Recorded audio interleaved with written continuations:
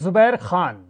राजस्थान की सियासत में फोन टेपिंग के आरोपों के बाद एक बार फिर से हड़कंप मच गया है। मुख्यमंत्री गहलोत की सरकार पर बेहद गंभीर सवाल उठ रहे हैं। पायलट गुट के विधायक वेद प्रकाश सोलंकी ने दावा किया है कि कई विधायकों के फोन टेप किए जा रहे हैं और उन्हें ट्रैप में फंसाने की साजिश को अंजाम दिया जा रहा है। वेद प्रकाश सोलंकी के बकौल खुद विधायकों ने उन्हें फोन टेप किए जाने की बात बताई है और इसका खुलासा एक ऐप के जरिए हुआ है। आपको बता दें कि राजस्थान की सियासत में खेल पुराना है। बस सीएम गहलोत और सचिन पायलट के बीच की तकरार का यह अध्याय नया है। वेद प्रकाश सोलंकी ने कहा कि मुझे नहीं पता कि मेरा फोन टेप किया जा रहा है या नहीं, लेकिन कई विधायकों ने कहा है कि मोबाइल फोन टेप किए जा रहे हैं। कई अधिकारियों ने उन विधायकों को भी बताया कि ऐसा लगता है कि उन्हें फंसाने की कोशिश की जा रही है। इसकी जानकारी विधायकों ने सीएम को भी दी है। विधायक वेद प्रकाश सोलंकी के सनसनीखेज दावे के बाद बीजेपी ने भी गहलोत पर अटैक किया है। राजस्थान बीजेपी के अध्यक्ष सतीश पूनिया ने कहा है कि राजस्थान में अघोषित आपातकाल लगा हुआ है। सतीश पूनिया ने कहा, 1 साल पहले भी ऐसे ही हालात थे, तब उप मुख्यमंत्री को बर्खास्त किया गया था। अगर किसी विधायक को इस पर शक होता है तो लगता है कि राज्य में अघोषित आपातकाल लगा हुआ है। मुख्यमंत्री और गृह मंत्री इसके लिए पूरी तरह से जिम्मेदार माने जाए।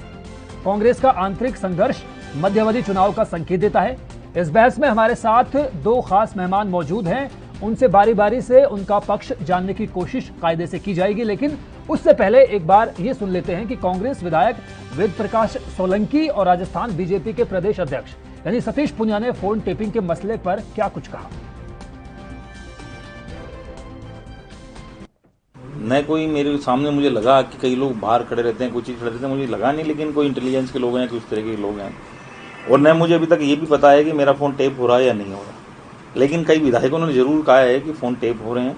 उसके साथ साथ में कई विधायकों ने, उन अधिकारियों ने ये भी कहा है, उनको डराने की कोशिश भी की है कि हमारे ऊपर से ऐसे इंस्ट्रक्शन आ रहे हैं, ऐसा लगने मिल रहा है कि जिससे कोई ट्रैप कराने की कार्रवाई हो रही है या ईसीडी पीछे लगी हुई है। इस तरह के 1-2 विधायकों ने कहा भी ये बात, और ये बात खुद मुख्यमंत्री जी को जाके 1-2 विधायकों ने कल बताई भी है। विधायक आपके साथी है पायलट, जैसे पायलट कैंप के हैं या नहीं? वो साथी किसी के साथी नहीं है, वो साथी कांग्रेस के साथी हैं और उन्होंने अपनी बात को मुख्यमंत्री तक पहुंचाई भी है कि हमारे साथ में ऐसी स्थिति हो रही है, तो कहाँ तक सही है। पायलट साहब को भी ये बात बताई होगी? नहीं, मेरी बात पायलट साहब से नहीं हुई है। पायलट साहब ने इस संबंध में कोई बात भी नहीं हुई, चर्चा भी नहीं हुई है। मैंने ट्वीट किया है क्योंकि मैंने उन विधायक महोदय का बयान मीडिया पे और सोशल मीडिया पे देखा है, जिसमें वो ये उद्धृत करते हैं कि कई विधायकों के इस तरीके के बातें आई हैं कि जिसमें वो कह रहे हैं कि फोन टैप हो रहे हैं, जासूसी हो रही है। तो किसी प्रदेश में यदि कोई प्रदेश इन्हीं आशंकाओं के बीच में रहे, क्योंकि लोगों ने 1 बरस पहले इसी तरीके का दृश्य देखा था जब सरकार 42 दिन बाड़ेबंदी में रही, उप मुख्यमंत्री को, पीसीसी चीफ को बर्खास्त करना पड़ा और उसके बाद सरकार, एक चुनी हुई सरकार 42 दिन बाड़े में बंद रहे। और उसी आशंकाओं के बीच में यदि कोई विधायक आशंका व्यक्त करे कि हमारी जासूसी होती है और फोन टैपिंग होती है, तो मुझे लगता है कि एक अघोषित किस्म का आपातकाल प्रदेश में लगा दिखता है कि हर तरफ सेंसरशिप दिखती है, शंका दिखती है। बजाय प्रबंधन के ये सरकार जासूसी और फोन टैपिंग जैसी बात करती है। तो मेरा प्रश्न सीधा सीधा ये है कि ये वो विधायक कौन है?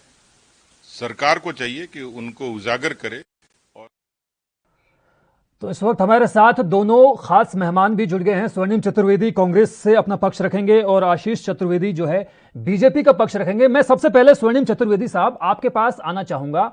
ये जो अशोक गहलोत जो मुख्यमंत्री हैं राजस्थान के और सचिन पायलट के बीच में जो मतभेद हैं या इनको मनभेद कहा जाए या जो असहमति है, ये बार बार क्यों नजर आती है? क्या वजह है इसके पीछे? देखिए जुबेर जी, कोई असहमति या मतभेद, मनभेद इस तरह के नहीं है जिनकी चर्चा यहाँ पे की जाए। एक रूटीन कार्य होते हैं जो सब लोग अपने अपने संगठन में रह करके जब सरकार होती है तो अपनी बातें रखते हैं, तो उसके अलावा और कुछ भी नहीं है। बाकी तो सब ये बीजेपी की कपोल कल्पित कहानियां हैं जो ये सर्कुलेट की जा रही हैं। जो अभी प्रधानमंत्री जी और केंद्र सरकार की जो नाकामियां पूरे देश के सामने उजागर हुई, पूरे दुनिया भर में तरह तरह की चर्चाएं हुई प्रधानमंत्री जी के कार्यकुशलता को लेकर के, तो अब सारे भारतीय जनता पार्टी के जो नेता हैं उनकी एकमात्र कहना चाहिए अपनी ध्यान भटकाने के लिए सिर्फ एकमात्र उनके पास उपाय है कि कांग्रेस के नेता इनको लेकर के तरह तरह की चर्चाएं करते रहें, लेकिन खुद वेद ध्यान प्रकाश भटकाते रहे लोगों सोलंकी का। ने ये इससे क्या दावा होगा? किया है, खुद वेद प्रकाश सोलंकी जो हैं कांग्रेस के आपके विधायक जो हैं, उन्होंने दावा किया है कि कुछ विधायकों ने उनसे शिकायत की है कि उनके फोन की टेपिंग हो रही है। ये तो आपको हमने बाइट सुनवाई भी है। देखिए जुबेर जी, मैं आपको बताना चाहता हूं, वेद प्रकाश सोलंकी जी ने जो बयान दिया, आपने भी सुना होगा, मेरा फोन टैप हो रहा है, तो उन्होंने नहीं कहा ना जी। और अभी तक कोई विधायक ऐसा है जिसने कहा हो कि मेरा फोन टैप हो रहा है। लेकिन ये उन्होंने जोर देते हुए कहा है कि कुछ विधायकों ने उनसे शिकायत की है। आपने भी सुनी ये बात? देखिए, उनसे शिकायत नहीं, अगर किसी को शिकायत करनी होगी तो मुख्यमंत्री जी से करेगा, पुलिस में करेगा, सारी चीजें होती हैं। जब बात आएगी सामने तो वो आशंकाएं तो सबके पास ये रहती हैं कि मोदी सरकार द्वारा प्रत्येक नेता की जासूसी की जाती है, फोन पे बात करना, मैसेज करना, फेसबुक पे कोई पोस्ट डालना, सब पे निगाह रहती है। सबको लेकर के वो सारे नेताओं की जो कहना चाहिए कि सोशल मीडिया अकाउंट तक पर अंकुश लगाना चाहते हैं। तो बात तो ये है सारी, तो इन सब की आशंकाओं को लेकर के कहा होगा उन्होंने। कहीं ये कहा कि कांग्रेस सरकार करा रही है टैप, ऐसा कहीं भी नहीं है बयान। चलिए, मैं आशीष चतुर्वेदी से जनता उनका पार्टी पक्ष के जो साथी हैं, जी, मैं आशीष चतुर्वेदी से उनका पक्ष सुनना चाहूंगा। आशीष जी, आप भी बताइए कि जो प्राइवेसी में दखलंदाजी है, इंटरफेरेंस है, ये पूरी तरह से गैर कानूनी है और ये आर्टिकल 21 का भी एक तरह से उल्लंघन है। तो आप क्या कहेंगे इस मसले को लेकर? देखिए जुबेर जी, सबसे पहले तो मैं सब स्वर्णिम जी ने जो भी कहा है कि ये ध्यान भटकाने की एक साजिश है।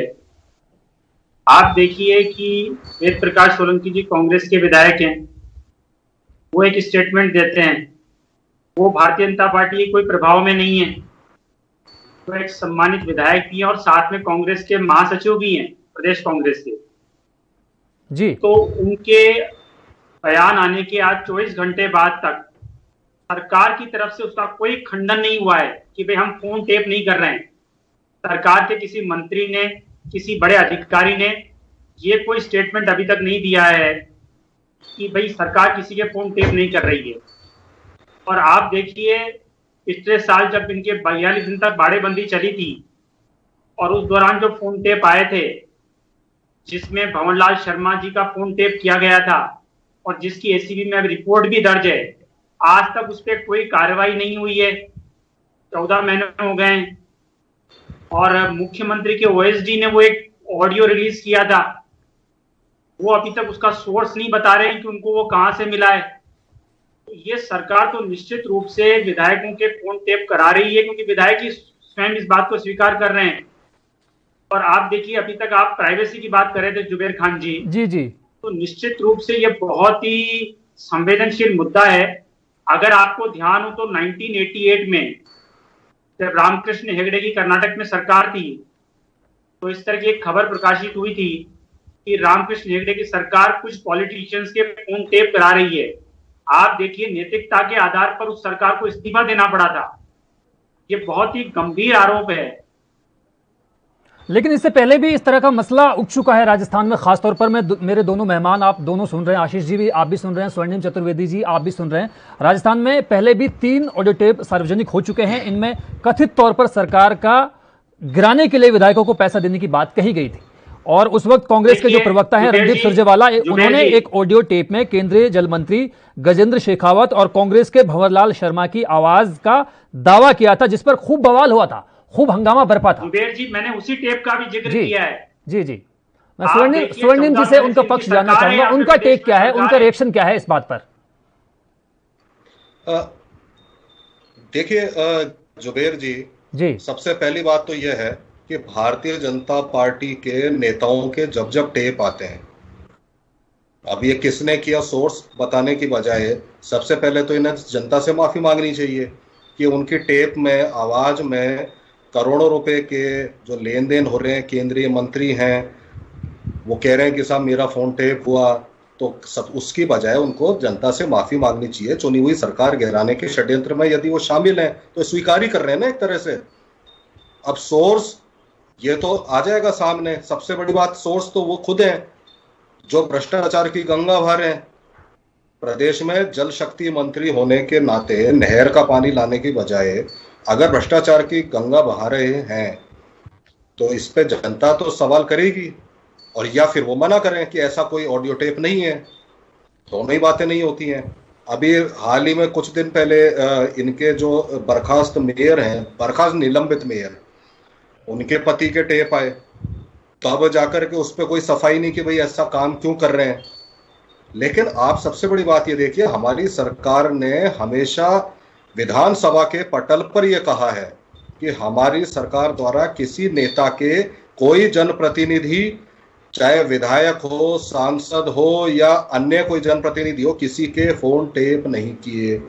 इसकी एक प्रक्रिया होती है जो जो कहना चाहिए चीफ सेक्रेटरी लेवल का, होम सेक्रेटरी लेवल का सीनियर आईएएस, जो किसी पार्टी का नहीं होता, किसी सरकार का नहीं होता, वो परमिशन देता है पुलिस को उनकी अनुमति मांगने पर, और वो होती है अपराधियों के खिलाफ।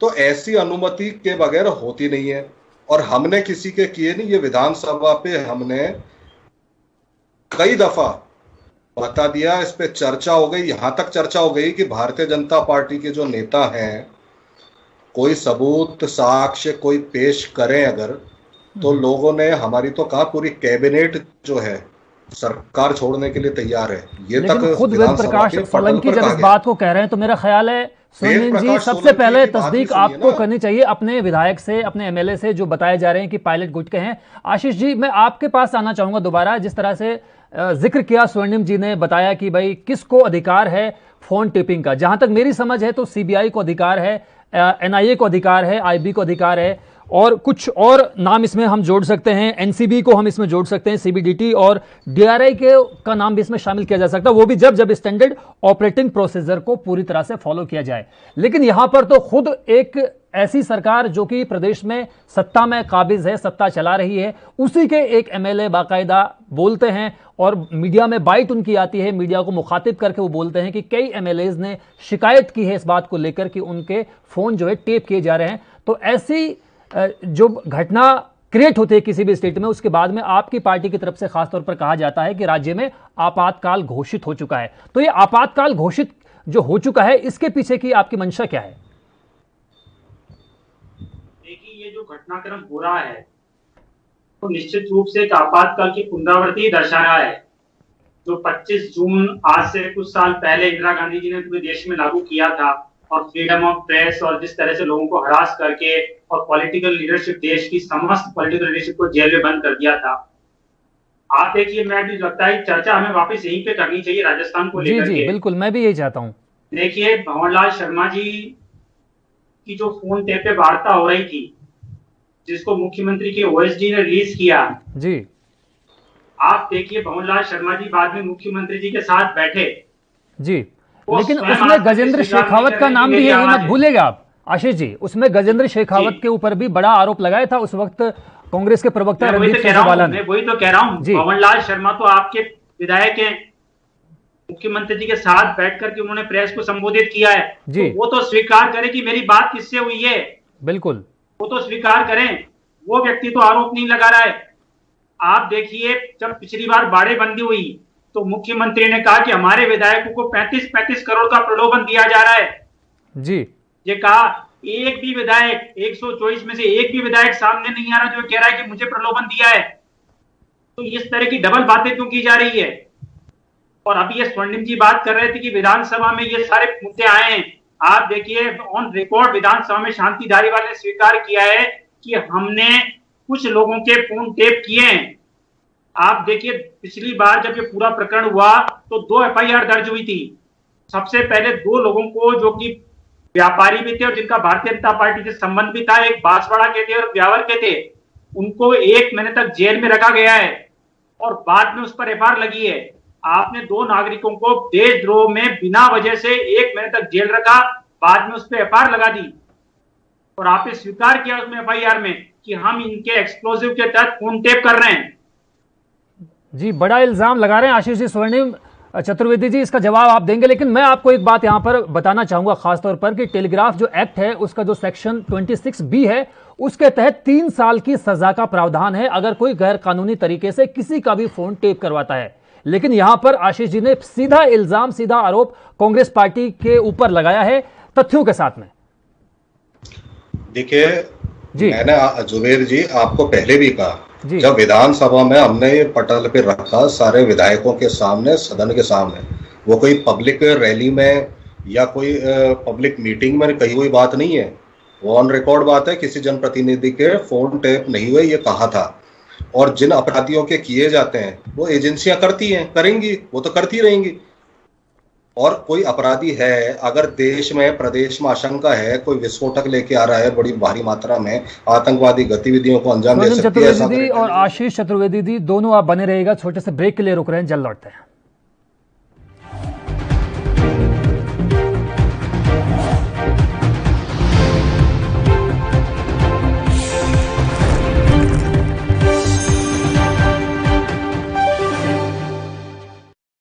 क्या आप दुबले पतले कमजोर हैं? आपकी सेहत नहीं बनती, भूख कम लगती है, वजन नहीं बढ़ता। दरअसल मेन बात खाना पीना खाना नहीं है, मेन बात है खाया पिया लगना। और अगर खाया पिया लगेगा ही नहीं तो सेहत बनेगी कैसे? इसलिए हमारी संस्था सन्यासी आयुर्वेदा ने एक ऐसी दवा बनाई है जो कि आपके पाचन तंत्र को, आपके लीवर सिस्टम को ठीक करने का काम करती है, ताकि आप जो भी खाएं उसका पूरे का पूरा निचोड़ आपके शरीर को लगे, आपकी भूख बढ़े, खाया पिया सही से लगे, नया खून बने, हड्डियों में जान आए, वजन बढ़े, ताकत बढ़े, चेहरे पर नूर आए और आप मोटे तगड़े खूबसूरत पर्सनैलिटी के मालिक बन जाएं। यह दवा पूरी तरह से आयुर्वेदिक होती है। इसका शरीर पर कोई भी साइड इफेक्ट, कोई भी नुकसान या दुष्प्रभाव नहीं होता। लड़के लड़कियां दोनों इसका इस्तेमाल कर सकते हैं और पहले 15 दिन के अंदर ही आपको इसका असर महसूस हो जाएगा। सिर्फ 650 रुपए की पूरे 1 महीने की दवा होती है और आप इसे घर बैठे 01145454545 पर फोन करके दवा मंगवा सकते हैं।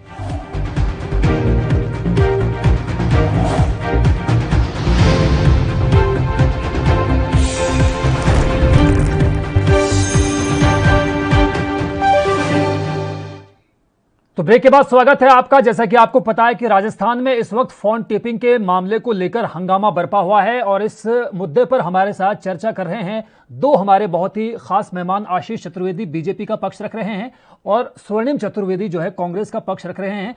स्वर्णिम जी, मैं संक्षेप में आपसे जानना चाहूंगा कि इतना बड़ा ये मसला बन गया है पूरे राजस्थान विधानसभा की, अगर हम बात करें तो वहां पर एक तरह से हंगामा बरपा हुआ है। खुद मुख्यमंत्री अशोक गहलोत या फिर सचिन पायलट इस बात को साफ क्यों नहीं करते? क्यों मीडिया के कर्मियों के सामने आते नहीं और प्रेस कॉन्फ्रेंस के जरिए क्यों ये नहीं बताते कि आखिरकार पार्टी के बीच में कहीं कोई कलह नहीं है, कोई गुटबाजी नहीं है, कोई गोलबंदी नहीं हो रही है? देखिए जुबेर जी, हमारे पार्टी में कोई ऐसा मसला ही नहीं है, तो आके किस बात की सफाई दें? सफाई सी बात की देंगे ना कि वेद प्रकाश सोलंकी ने जो कहा है कि उनके पास शिकायत आ रही है कि उनके फोन टेप हो रहे हैं, तो या तो ये अंदरूनी बात यह है कि ये पायलट खेमा है जो बार बार दिखाता है इस बात को कि वही सत्ता पर काबिज होने के लायक है, अशोक गहलोत नहीं है। देखिए, सबको अपनी अपनी राजनीतिक कार्रवाई करने, राजनीति में अपनी एम्बिशंस को जो है उसको पूरा करने का प्रयास करने का अधिकार होता है। लेकिन एक ही पार्टी में जब अलग अलग तरीकों से राजनीति होगी तो फिर तो बहुत मुश्किल हो जाएगा ना सर। फिर तो ये कहना भी बहुत मुश्किल हो जाएगा कि देश की सत्ता पर कांग्रेस पार्टी काबिज होना चाहती है, देश को चलाना चाहती है, लेकिन राजस्थान जैसे बड़े प्रदेश में ही दो बड़े नेताओं के बीच में आपसे असहमति है। देखिए जुबेर जी, बात सुनिए जी जी। अभी मसला जो आपने कहा कि हमारे यहाँ तो कोई ऐसा आपस में मनमुटाव या कोई कहना चाहिए कोई इसी प्रकार का आपस में मतभेद है नहीं। अगर मतभेद कहीं है तो भारतीय जनता पार्टी में प्रदेश में जिनकी स्थिति ऐसी है कि 2 बार की जो मुख्यमंत्री हैं वो इनके पोस्टरों, मीटिंगों और हर कहना चाहिए चुनावी सभाओं तक से नदारद है। आप आज जो साथ बैठते हैं इनके प्रदेश कार्यालय में, वहां भी 4 तरह के गुट हैं और सब तरह से आवाजें आती हैं, अलग अलग बर्तन है खनखनाने की। हमारे यहाँ नहीं है। हमारे यहाँ पे अगर चुनाव प्रचार होता है तो सारे नेता मिलकर साथ देते हैं। परसों हमारे यहाँ पे अगर हमने महंगाई को लेकर के पूरे कहना चाहिए देश में आंदोलन था तो और प्रदेश में प्रदर्शन किया, तो हमारे सारे नेता, तमाम जिनके भी आप नाम जानते हैं, सब सड़कों पर एक साथ एक आवाज पे कंधे से कंधा मिलाकर संघर्ष कर रहे थे। कोई डिसेंट नहीं है। रही बात आपने अभी कहा फोन टैपिंग, वेद प्रकाश सोलंकी ने क्या कहा, किसी और ने क्या कहा, तो वेद प्रकाश सोलंकी जी से एक बार आप स्वयं बात कर लें। वो तो आज कह चुके कि भाई मेरे से तो दूसरी बातें चल रही थी, अचानक कोई बात आई कि किसी विधायक ने कहीं कहा होगा और मैंने ये कह दिया, मेरा फोन तो टेप नहीं हो रहा, और कौन कर रहा है मुझे नहीं पता। आज किसी विधायक का नाम नहीं, किसके फोन टेप हो रहा है या किसको आशंका है, जो आशंका दूर की जाए। और पहली चीज, भारतीय जनता पार्टी के जो तमाम नेता इस तरह की बातों को लेकर के जब ट्वीट करते हैं, तथ्यों को जाने पहचाने बगैर, अनुभव की कमी के कारण बड़े ही बड़े ओहदे पर हो, जिम्मेदार ओहदे पर हैं, उनको सबसे पहले ये देखना चाहिए कि कोई उनके पास खुद के पास तथ्य आया, किसी का नाम है, तब तो वो बोले। जब ये तक नहीं कहा किसी ने, चाहे वेद प्रकाश सोलंकी हो या अन्य कोई, कि कौन करा रहा है फोन टेप, ये तक आरोप नहीं है, तो इसको बात का पतंगड़ बनाने की आवश्यकता बात नहीं है कि है। ये स्वर्णिम भारतीय चतुर्वेदी जनता जो पार्टी है को इस सोचना बात को चाहिए। मानने को तैयार नहीं है कि फोन टेपिंग का कोई मसला कांग्रेस के बीच है। तो आशीष जी, मैं आपसे जानना चाहूंगा कि सीधे तौर पर स्वर्णिम जी आपसे कह रहे हैं कि ये बीजेपी का एक तरह से इल्जाम है, आरोप है, कांग्रेस पार्टी पर ऐसी कहीं कोई बात है नहीं जी। इसका मतलब तो जुबेर जी हुआ कि कांग्रेस के जो विधायक है वो भारतीय जनता पार्टी के द्वारा ही संचालित हो रहे हैं। आप देखिए कि डोटासरा जी और शांति धारीवाल का झगड़ा होता है कैबिनेट की बैठक में, क्या इसमें भी हमारी भूमिका है? हेमाराम चौधरी जी इस्तीफा देते हैं, इसमें भी क्या भारतीय जनता पार्टी की भूमिका है? रमेश मीणा जी, वेद प्रकाश सोलंकी जी, मुरारी मीणा ऑन रिकॉर्ड ये आरोप लगाते हैं कि सरकार SC ST और मुसलमान विधायकों से भेदभाव करती है, क्या इसमें भी भारतीय जनता पार्टी की भूमिका है? अगर ये अपना घर नहीं संभाल पा रहे हैं तो भारतीय जनता पार्टी कैसे जिम्मेदार है, बताइए ना जी। स्वर्णिम चतुर्वेदी जी, बहुत कम शब्दों में अपनी बात कह सकते हैं आप। बिल्कुल, मैं तो संक्षेप में कह देता हूं। आज स्थिति है, ये भारतीय जनता पार्टी का जो कमल है, इसकी एक एक पंखुड़ी जो है वो उधार की थी। अभी कल ही इनके राष्ट्रीय उपाध्यक्ष पार्टी छोड़ के गए हैं और ये कमल की पंखुड़ियां झड़ रही हैं। अब स्थिति ये है, राजस्थान में इनके समस्त जो बड़े नेता हैं वो मुख्यमंत्री बनना चाहते हैं, जनता के बीच उनकी पहुंच नहीं है। कोरोना महामारी के दौरान राजस्थान सरकार ने जो बेहतरीन प्रदर्शन किया, प्रबंधन किया, उसकी तुलना हो रही है केंद्र सरकार द्वारा किए गए कुप्रबंधन को लेकर के। स्वर्णिम चतुर्वेदी जी और आशीष चतुर्वेदी जी, आप दोनों ने अपना बेशकीमती वक्त दिया इस चर्चा में, आप आए, आप दोनों का बहुत बहुत शुक्रिया। फिलहाल वक्त एक और ब्रेक का हुआ है, ब्रेक के उस पार भी जारी है 3 बजे 3 खबर।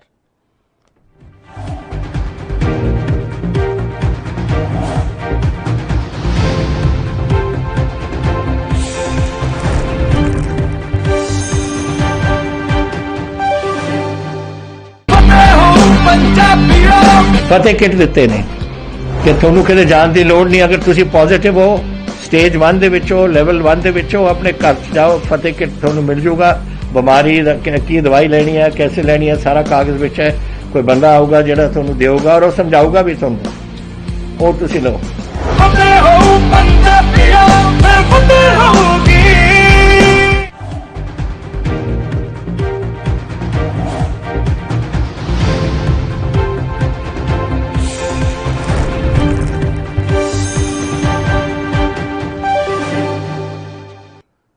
तो ब्रेक के बाद स्वागत है आपका 3 बजे 3 खबर में। कोरोना महामारी और आर्थिक तंगी से जूझ रहा पाकिस्तान नई कूटनीतिक रणनीति अपनाने पर उतर आया है, लेकिन उसके खास दोस्त चीन और अमेरिका उसकी उम्मीदों पर पानी फेरते हुए नजर आ रहे हैं। नई कूटनीति के तहत पाकिस्तान दुनिया भर के देशों को तोहफे में आम की अलग अलग किस्में भेज रहा है। दरअसल पाकिस्तान की मैंगो डिप्लोमेसी का जायका पकने से पहले ही फीका साबित हो गया। पड़ोसी देश पाकिस्तान अनवर, रतौल और सिंधारी आम की बेहतरीन किस्में दुनिया भर में सालों से भेजता रहा है ताकि कूटनीतिक रिश्तों पर जमी बर्फ को पिघलाया जा सके। लेकिन इस बार पाकिस्तान की इस खट्टी मिट्टी कोशिश को उस वक्त बड़ा झटका लग गया जब उसके दो खास यानी चीन और अमेरिका ने आमों का लुत्फ लेने से साफ तौर पर इनकार कर दिया और वजह बताई कोविड-19। हालांकि खुद उसके परम मित्र देश चीन और अमेरिका को पाकिस्तान की मैंगो डिप्लोमेसी अब रास नहीं आ रही है, ये जग जाहिर है। ये पूरी तरह से साफ हो गया है और पाकिस्तान की ओर से तोहफे में भेजे गए आम वापस लौटा दिए गए हैं। स्थानीय मीडिया रिपोर्ट्स के मुताबिक पाकिस्तान के विदेश मंत्रालय ने बुधवार को अमेरिका और चीन समेत 32 से ज्यादा देशों के प्रमुखों को तोहफे में आम भेजे थे, लेकिन अमेरिका और चीन जैसे ताकतवर देशों ने अपने कोरोना वायरस क्वारंटीन नियमों का हवाला देते हुए तोहफे को स्वीकार करने से इनकार कर दिया। रिपोर्ट के मुताबिक पाकिस्तान के राष्ट्रपति डॉक्टर आरिफ अलवी की ओर से 32 देशों के राष्ट्राध्यक्षों और सरकार के प्रमुखों को 64 आम भेजे गए थे। आमों की पेटी को ईरान, खाड़ी देशों, तुर्की, अमेरिका, अफगानिस्तान, बांग्लादेश और रूस भेजा गया था। मीडिया रिपोर्ट्स ने सूत्रों के हवाले से बताया कि पाकिस्तान विदेश मंत्रालय की इस सूची में फ्रांस के राष्ट्रपति इमैनुअल मैक्रों का नाम भी शामिल था, लेकिन पेरिस से पाकिस्तान के इरादे पर कोई प्रतिक्रिया नहीं दी गई।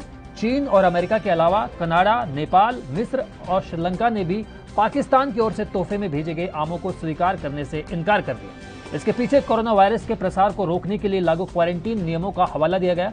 बता दें कि पाकिस्तान द्वारा भेजे जाने वाले आमों की किस्मों में पहले अनवर, रतौल और सिंधारी किस्में भी खेप का हिस्सा थी, लेकिन इस बार दोनों को हटाया गया।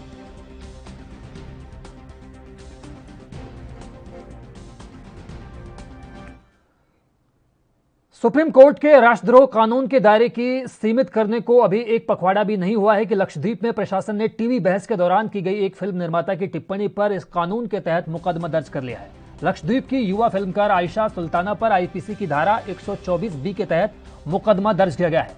उन्होंने एक मलयाली टीवी चैनल की बहस के दौरान केंद्र शासित प्रदेश के प्रशासक प्रफुल्ल खोड़ा पटेल को जैविक हथियार कह दिया। टीवी बहस के दौरान आयशा सुल्ताना ने कहा कि जिस तरह से चीन ने महामारी फैलाई, उसी तरह भारत सरकार ने लक्षद्वीप के लोगों के खिलाफ जैविक हथियार का इस्तेमाल किया।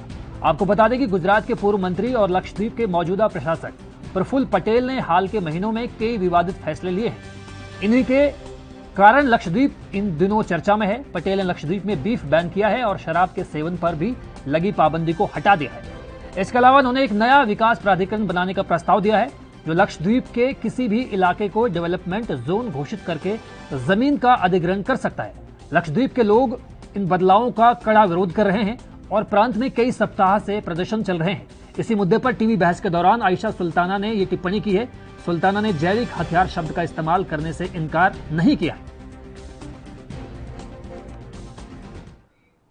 तो फिलहाल 3 बजे 3 खबरों में बस इतना ही। मुझे दीजिए इजाजत। नमस्कार।